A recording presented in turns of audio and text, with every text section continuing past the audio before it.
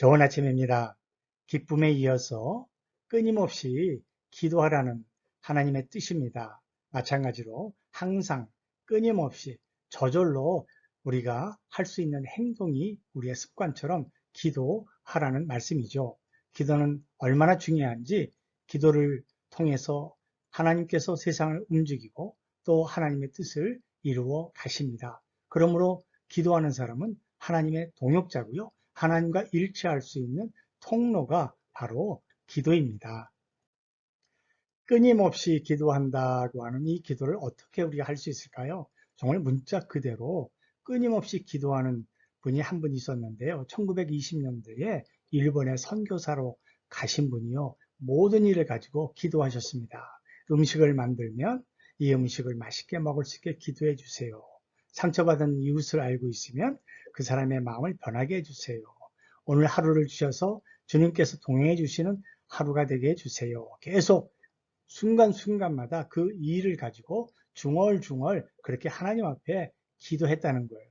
그래서 일본의 그 핍박과 또 어려움을 견디면서 영혼 구원하고요. 삶 속에서 기도함으로 하나님의 뜻을 이루어갈 수 있었다고 하는 간증이 있습니다.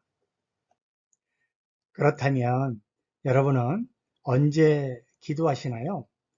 우리가 끊임없이 기도한다는 것이 정말 쉽지 않기 때문입니다. 끊임없이 기도하지 않으면 우리는 때때로 꼭 필요할 때만 하는 비상 기도를 하게 됩니다. 막다른 골목에서 우리가 어쩔 수 없이 하는 기도이죠.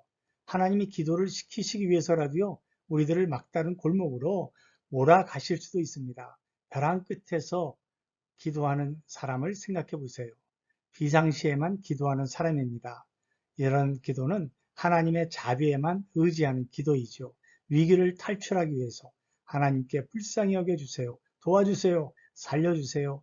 긍휼에 하나님의 자비하시만 바라면서 기도하는 것인데, 물론 이런 기도가 우리에게 꼭 필요합니다. 그러면 또 다른 기도는 어떤 기도일까요?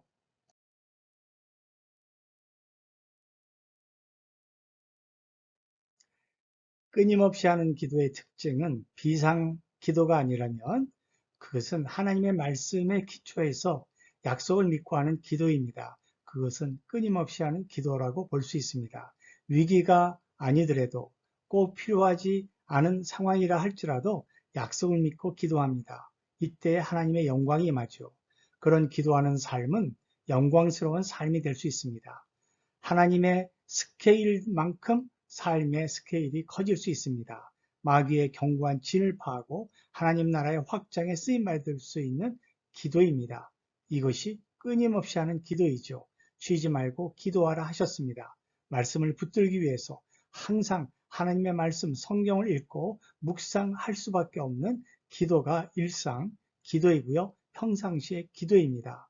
비상시의 기도를 우리가 반복하면 다람쥐 쳇바퀴 기도는 그런 기도 생활이고 참으로 제한된 제약적인 우리의 신앙의 삶이 될 수밖에 없습니다. 나의 위기가 아닐지라도 내가 벼랑 끝에 서 있지 않을지라도 이웃과 나라와 민족을 위해서 기도하는 중보 기도는 하나님의 영광을 체험할 수 있습니다.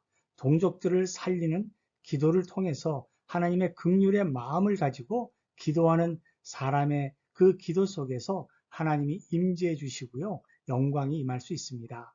출애굽기 32장 32절이나 로마서 9장에서 바울이나 모세가 자기의 민족을 위해서 기도하는 그 기도야말로 하나님이 함께 하시고 영광이 임하는 기도가 아니었습니까? 쉬지 말고 기도하는 것은 우리의 중보 기도요. 그리고 말씀을 가지고 하나님과 씨름하며 기도하는 기도입니다. 우리가 사회를 진단할 때 정치를 잘해야 좋은 사회가 되고 아니면 경제하는 사람은 경제를 잘해야 나라가 산다고 하고 아니면 군인은 나라를 잘 지켜야 나라가 잘 된다고 하고 또 교육자는 우리 자손들 교육을 가장 중요하게 여기는 것입니다. 그러나 모두 맞는 말입니다만 창세기 18장에서 소돔과 고모라를 살리고 죽이는 열쇠는 의인 10사람이었습니다. 다시 말하면 기도하는 사람이었다는 거예요. 이것이 기도의 힘입니다. 나라를 살리고 민족을 살리고 내 가정을 살리는 것은 재물도 아니고 교육도 아니고 또 정치도 아닌 것이 기도하는 사람의 기도를 통해서 하나님이 우리를 도우십니다. 기도하는 사람, 운명을 좌지우지하는 사람이 기도하는 사람입니다. 중국의 해가 뜰 때 허슨 테일러, 중국의 아버지라고, 선교의 아버지라고 불리우던 허슨 테일러는 날마다 새벽에 해가 뜰 때까지 기도했다고 합니다. 언제나 무릎을 꿇었다고 하죠. 우리 사랑하는 여러분, 우리도 이렇게 끊임없이 떠오르는 해를 바라보며 야곱이 기도했던 것처럼 우리들도 함께 기도하면서 끊임없이 주님과 동행하며 말씀의 약속을 이루어가는 승리하는 주의 백성들이 다 될 수 있기를 간절히 바랍니다.